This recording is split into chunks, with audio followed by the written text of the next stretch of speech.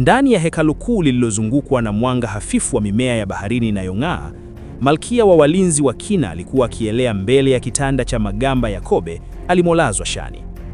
Mtoto huyo mchanga hakulia, alikuwa akivuta maji puani na kuyatoa kama hewa, jambo ambalo liliwashangaza hata walinzi wa hekalu hilo.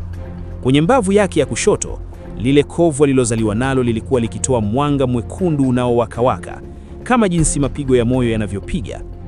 Jemedari mkuu wa Malkia, nguva wa kiume mwenye misuli iliyoshiba na makovu ya vita usoni mwake, alielea na kusogea karibu. Alishika mkuki wake na mkono mmoja na kuinama kwa heshima. Jemedari Kale: Malkia wangu, majeshi ya wazururaji wa pwani yamerudi nyuma kwa sasa, lakini wanajua tumempata. Wanajua mtoto yuko hapa. Hatuwezi kumlinda kwa muda mrefu bila nguvu ya kiini cha bahari ambacho yule mwanadamu alikichukua kutoka kwetu miaka 30 iliyopita. Malkia alimtazama Shani kwa jicho lenye huruma, lakini lililojaa dhamira ya kikatili.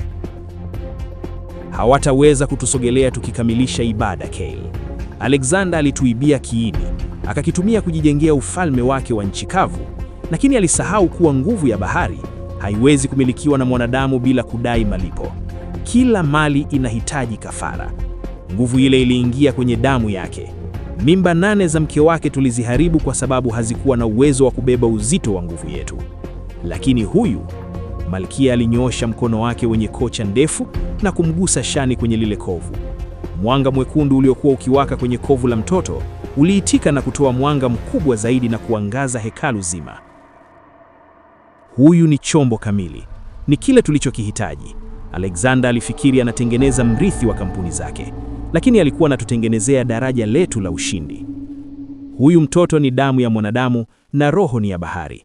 Yeye ndiye pekee atakayeweza kuvuka mipaka ambayo sisi tunashindwa kuivuka bila kuhitaji vile vidani vya maadui zetu. Malkia alianza kuzungusha mikono yake, akinena maneno kwa lugha ya kale ya baharini. Maji yalianza kuzunguka kwa kasi tanda cha Shani. Mwanga ukaanza kutoka kwenye macho ya Malkia na kuingia moja kwa moja kwenye kovu la Shani. Ghafla, mtoto huyu alifumbua macho.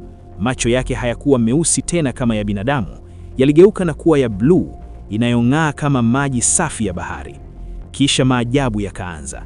Ngozi nyororo ya miguu ya Shani ilianza kutoa magamba madogo madogo ya dhahabu yaliyojificha chini ya ngozi. Yalionekana kwa sekunde chache kabla ya kupotea na kurudi kuwa ngozi ya kawaida ya binadamu. Jemedari Kale kwa mshangao: anabadilika, lakini anabaki kuwa binadamu. Malkia wa nguva: ndiyo, kama nilivyokuambia, yeye ni silaha yetu. Hapa chini atakuwa nguva, lakini akikanyaga ardhi ya nchi kavu atakuwa ni mwanadamu wa kawaida. Atakuwa ndiyo macho na masikio yetu katika ulimwengu wa nchi kavu, kutafuta kiini kilichofichwa na Alexander, na wakati utakapofika atawaangamiza wale wazururaji wa pwani waliovaa miili ya kibinadamu na kujificha kwenye himaya ya baba yake.